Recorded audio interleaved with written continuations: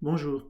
Donc toujours dans la série pour vous entraîner, pour vous perfectionner, nous avons deux réactions à voir ici qui sont proposées qu'est lactone. Donc je rappelle qu'une lactone c'est un ester cyclique, euh, donc bicyclé. Donc c'est une lactone cyclique, c'est vous indiqué, sera majoritaire. Donc on avait vu le mécanisme de base où vous voyez que globalement ça consistait à faire le carbanion dans la position la plus stable en alpha d'un carbonyle, lequel réagit sur un aldéhyde pour donner un alcoolate nucléophile, qui réagit sur une des deux fonctions anhydrides, un des carbonyles des deux anhydrides, pour former la lactone.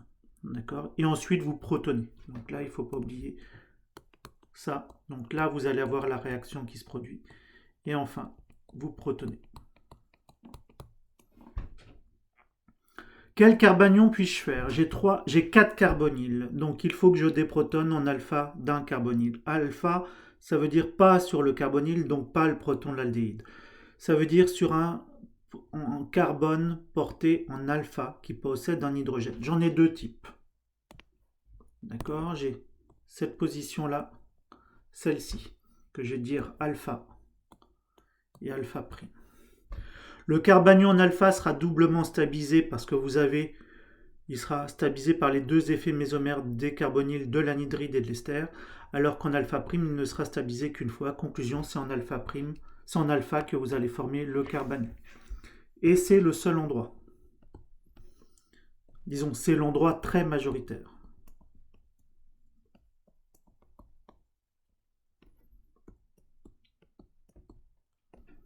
Carbanion. Lequel est une espèce nucléophile. Donc là, vous avez une réaction acide-base. Là, vous avez une addition nucléophile sur le carbone électrophile du benzaldéhyde. Donc ce benzaldéhyde va réagir en tant qu'électrophile et vous fournir le composé suivant. Si vous regardez bien, je commence à écrire plus gros. Pourquoi? Parce que je sais que c'est à ce moment-là que va avoir lieu la possible cyclisation. D'accord?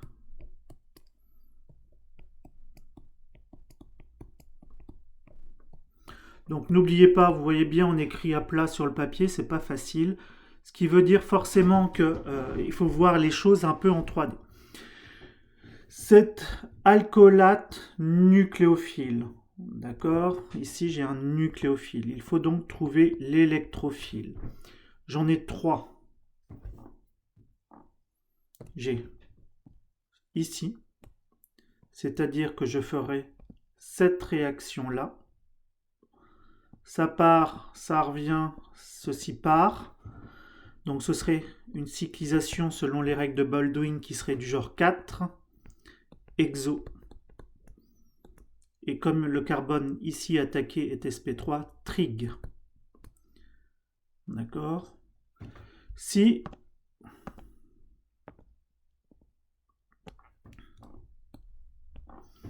je fais la voie ici, je forme un cycle 1, 2, 3, 4. B, ce serait 4. La double liaison qui se casse est à l'extérieur du cycle, exo, trig. Donc entre A et B, s'il n'y avait que A et B, il faudrait trouver quel est le carbone le plus électrophile entre A et B. Et enfin, vous avez la possibilité C, où ceci est attaqué. Ça part, ça revient parce que vous avez un bon groupement partant. Et C est à cycle à 1, 2, 3, 4, 5. 5.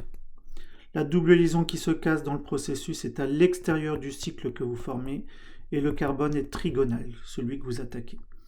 Conclusion, on voit que c'est la cyclisation 5 exotrig qui va l'emporter parce qu'il est plus simple de former un cycle à 5 qu'un cycle à 4. Donc ça, ce qui vous explique le caractère majoritaire. Donc, vous créez la base de votre cycle à 5. D'accord? L'oxygène et le carbone 1 et l'atome 1. Donc, hop, je mets mon cycle. En 2, j'ai le phényl. En 3, 2, 3, 4, 5. En 3, j'ai le groupement CO2 méthyle et j'ai le groupement qui porte le carbone A, d'accord, qui est le groupement CO2 O et l'oxygène à récupérer ses doublés non lieux. En 4, je n'ai rien d'autre. En 5, j'ai le carbonyle qui s'est reformé. J'ai donc ce composé-là qui... Donc là, on va voir la cyclisation 5-hexo-trig, puis protonation, de manière à repasser le carboxylate sous forme protonée, c'est-à-dire à basculer pH inférieur au pK du couple RCO2H, RCO2-. D'accord? Ça veut dire pH inférieur à 4,5. Donc si vous voulez vraiment que ce soit protoné, si vous voulez que 99% de l'espèce soit protonée, il faut basculer à pH en 2 unités inférieures. D'accord? Si vous voulez 90%, c'est une unité inférieure. Si vous voulez 50%, c'est 0 unité, vous êtes à l'équilibre pile poil, 50-50.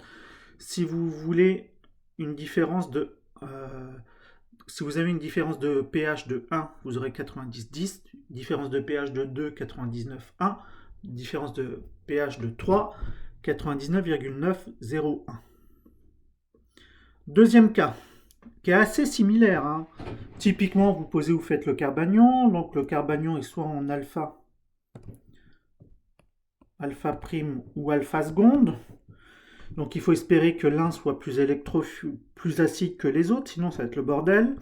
En alpha, c'est beaucoup plus acide parce que vous avez le groupement CF3 qui tire très fortement sur la tête de l'hydrogène et qui rend le carbanion beaucoup plus stable. Conclusion, vous déprotonez en alpha. Donc vous faites cette espèce nucléophile en alpha.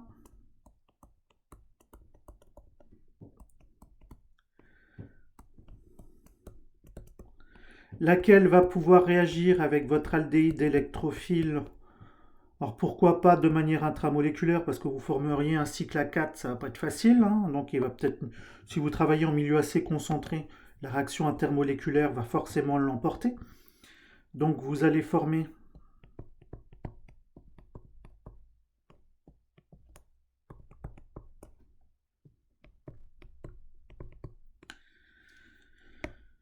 si je dis que CF3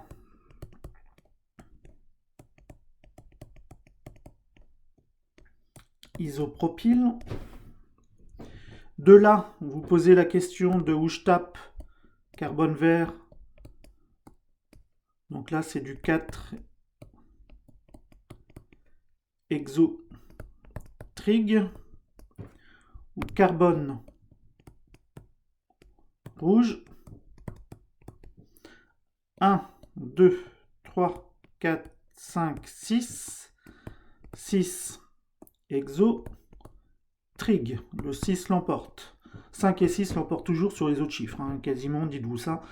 Entre 5 et 6, ça peut être légèrement compliqué. D'accord ? Le cycle à 5 se forme plus vite, sachez-le, qu'un cycle à 6 parce que tout simplement, il y a moins de distance. Et qu'il y a quasiment, dans aucun des deux cycles, il y a quasiment de tension de cycle. Donc c'est juste le fait que ce soit plus proche qui va l'emporter. Mais la différence est faible. Ce qui veut dire que la sélectivité, c'est pas gagné. Donc maintenant, je me dis que je forme un cycle à 6. Je dessine donc mon cycle à 6. Mon oxygène en 1, en 2, donc 1, 2, 3, 4, 5, 6. En 2, j'ai le groupement isopropyl. En 3, j'ai le groupement CF3, CO2-, qui sera à terme reprotoné, je le reprotonne. En 4, j'ai rien, en 5, j'ai rien, et en 6, j'ai mon carbone. J'ai donc ma alpha, bêta, gamma, delta, une delta lactone. D'accord ? Qu'on appelle généralement delta valérolactone, l'acide valérique et l'acide avec une chaîne carbonée à 1, 2, 3, 4, 5 carbones. D'accord ? C'est pour ça qu'on le terme valérolactone. C'est du vieux François, hein. C'est pas de tout, c'est pas d'aujourd'hui, hein, ces termes-là. Hein. Je sais pas d'où vient l'acide valérique.